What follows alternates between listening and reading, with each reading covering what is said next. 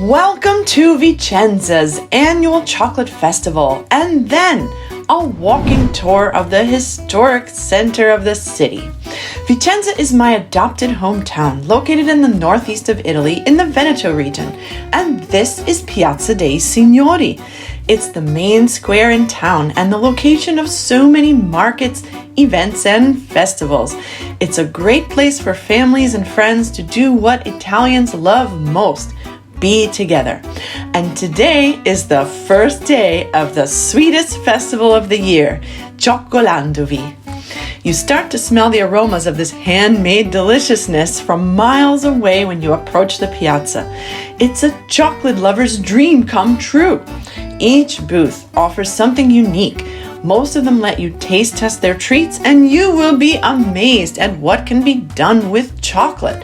You'll find chocolate bars, spreadable chocolate, liquid chocolate, chocolate cakes, chocolate liqueur, chocolate-covered fruit, chocolate ice cream, and more.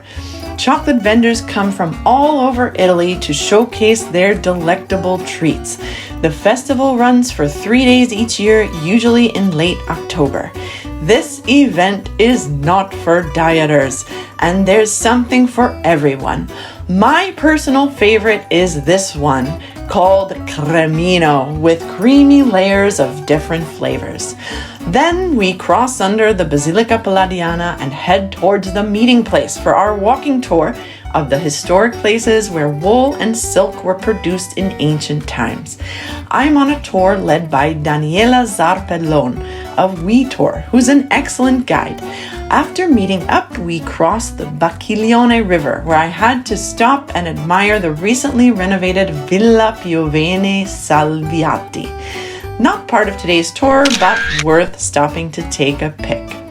We are now in Corte de Roda, and this carved sign here talks about a flood which occurred in 1882.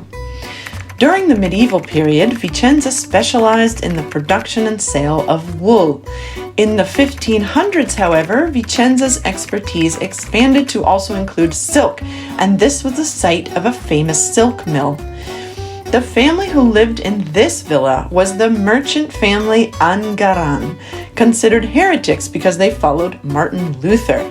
In those days, being non-Catholic was not allowed, so the two daughters escaped to Switzerland, but sadly, the mother, Bianca, was condemned to death and hung. And now we are walking down Contrada, Porta, Santa Lucia. These arches here are called portico.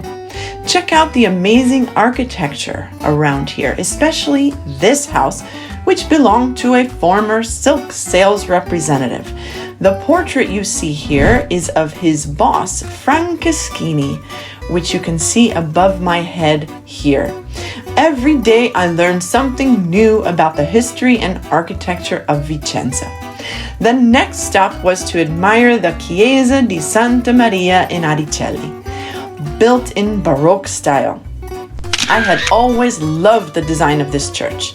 And just behind it is the beautiful Parco Cuadini. This is one of my favorite places in Vicenza. It's the best park in the city and the perfect place to exercise, read, sunbathe, relax, and take in fresh air. We learned on the tour that this park used to be the backyard of a famous and very rich silk merchant back in the day.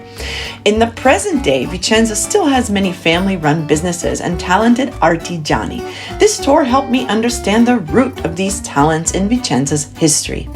This is one of my favorite viewpoints of Ponte Pusterla, the arched bridge you see here. On the right, they used to make the boards where they stretched the wool pieces to dry out. One more view of the river and the bridge, and poof, here we are. Now on Ponte Pusterla with a beautiful view of the Bacchiglione River. Finally, Corso Fogazzaro, my favorite street in the city. Hope you enjoyed this video. Check out my other videos of beautiful Vicenza and see you in the next one.